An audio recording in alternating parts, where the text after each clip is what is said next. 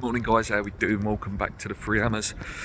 This is my first chance I've had to talk about the game. Didn't have a chance yesterday, really busy day after the game. Listen, I put the tweet out, didn't I? And I said it was an okay performance. You know, we was a little bit more positive in the game.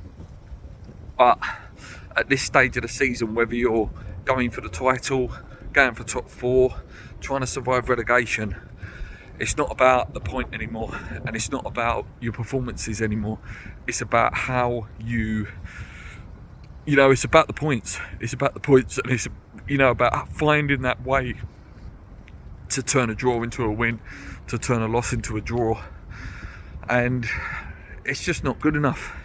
Results were terrible for us this weekend anyway, as I did in my video on Saturday. And it was such a crucial, there was a part in that game where Moyes really could have gone for it. But he bottled it. And I think, nearly every channel has said the same, nearly every tweet I've seen. He bottled it, guys. He did. And we are going down. I'm sorry, I just can't see us staying up. What's there left? I think there's 12 games left. 2 of them games against Man City, or let's say 3 of those games, right? 3 of those games, Man City, Liverpool, Arsenal, I believe, still to play. You can even put Newcastle in there because they're a good side. So that's 4, right? That leaves 8 games, and West Ham need to try and find 4 wins to stay up. That means winning half of those 4 games, half of those 8 games. It's not happening. It is not happening, guys. It really ain't. Not under David Moyes, not under his stubbornness and his negativity, his just ability in-game management to change things. Yeah, I don't know. I really don't know. Just give a little summary of the game, just to tell you my thoughts. I was fairly positive with the lineup. I didn't like Souček in there, I never do. He's just not good enough. Kehrer was always a bit of a nervy one. I got back and improved that. That's where the goal came from. Didn't close down the cross. Gerd was weak on the header as well, to be fair to him. But yeah, that was a soft goal. After that, I thought we created chances. I thought Benrahma was fantastic. I thought Bowen was fantastic down that right hand side, and Benrahma had loads of chances, and could have, and maybe should have scored 4 goals. Danny Ings was totally isolated. I believe someone tweeted out that he only had 10 touches, maybe 12 touches in the game. Rice just don't care anymore. Strolls around half-hearted.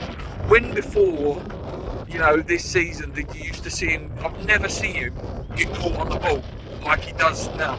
It happens nearly once or twice a game now. He'll get caught in possession, his passes are laboured, and he just looks like he's a sulky figure now. He really does, and you might give me pelters for that, I don't know.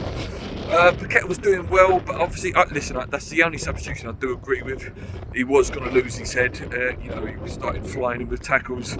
We need him going forward. That's the only sub I do agree with. I thought Emerson was fantastic as well. His relationship and his connection with Benrahma looks really good. That's another positive if you want to list some positives. What else was there? I'm just trying to think of who else played in the team. Yep. And then obviously Cornet came on. He looked okay. Again, getting caught offside quite a bit though. That's the only problem with that. Our goal came from a penalty, very soft penalty. Paqueta did well to buy that. He put the penalty away fantastically. Again, when Rice was holding the ball, I was getting nervous. I was thinking, go away, Dex. Please go away. But like I say, Benrahma did put it in. Ariola's distribution was good. But yeah, there was key points in that game, where I put him in the thumbnail, Skamaka. Could have and should have come on just to really try and go for it. There was a period in that game where we were really on top and we needed someone in there. It's 1-1 and you take off Danny Ings, and Cornet's a winger, really. Listen, he can play striker, but he's a winger. You've got Skamaka there who's, by all accounts, people in the stadium saying he's for 80 minutes. Desperate to get on, and then Moyes digs him out in his little post-match interview, saying out, his numbers are not quite up to it. Go away, Dave. the way this man treats players is just, oh, it's awful. Like, he's a vile narcissist. And like this, Scamacca, people put it out, you know, Scamacca turned down PSG because he promised us that he was going to come to us. And then we go and do things like that to him. The fans love him. The fans want to see him on. But, you know, under David Moyes, West Ham, us, we're going one way, guys, and it's down. There's no way I see us getting out of it with David Moyes, unless he gets some miraculous luck, which I cannot see. Like Southampton getting that point against Manchester United. That's our next league game in a few weeks' time. They're going to be up for the fight, full of confidence. They probably would have wanted to play us this weekend, coming, to be honest with you. And they're probably actually feeling a bit down that it's not this week, because obviously maybe in 2 weeks we can do something. But he's too stubborn. He's too stuck in his ways. Sojek should have come off.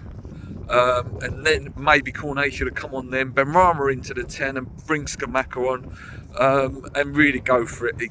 He's not going to go for it in games. And if there's any truth in the fact that he is going to stay, you know, even if we go down, what incentive has he got? Players like Declan Rice know they're going. Players like, and I'm not saying they play bad, players like Paqueta, etc. know that they're going to get bigger clubs and go. Scamacca probably will go, definitely if David Moyes stays, Scamacca goes, which would be unfortunate. That'd be another striker we see that leaves, that probably go on and bang 25 goals for Inter Milan next year or wherever he's going to end up, just like Haller did when he left.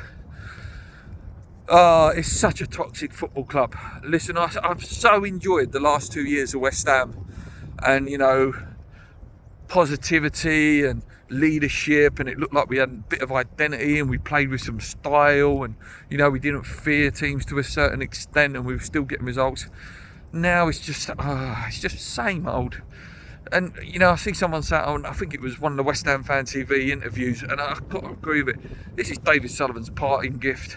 You know, he knows he's gone soon. He don't care if West Ham start or West Ham go down. That's why he can say things like Moyes stays, because really it's not his decision.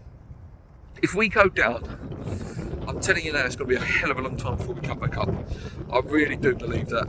I just, because it's going to be such an exodus of players, and even with the players that can't get a move, you know, because you can't sell everyone. You're going to have players that don't want to be there, and you know, not fully committed to it. And any player that does stay is going to be too old. Like someone like Cresswell might stay if we go down, or whatever. Too old. I don't know anymore. I don't, guys. I'm so deflated, and it just seems inevitable. And these little points here and there where we just stay out the relegation zone for another week, it's just prolonging the inevitable for me.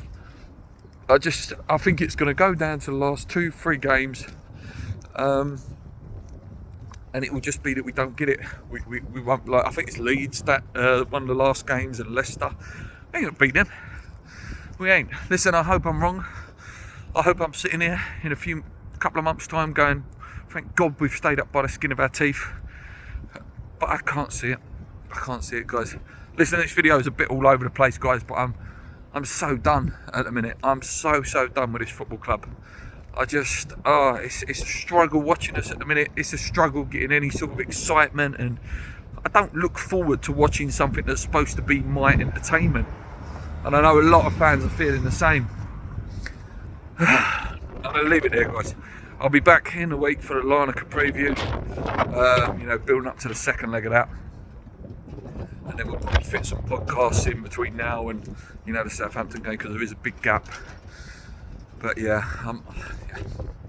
that's it, guys. Done. I'm done. Not even a keep believing today. Let's go.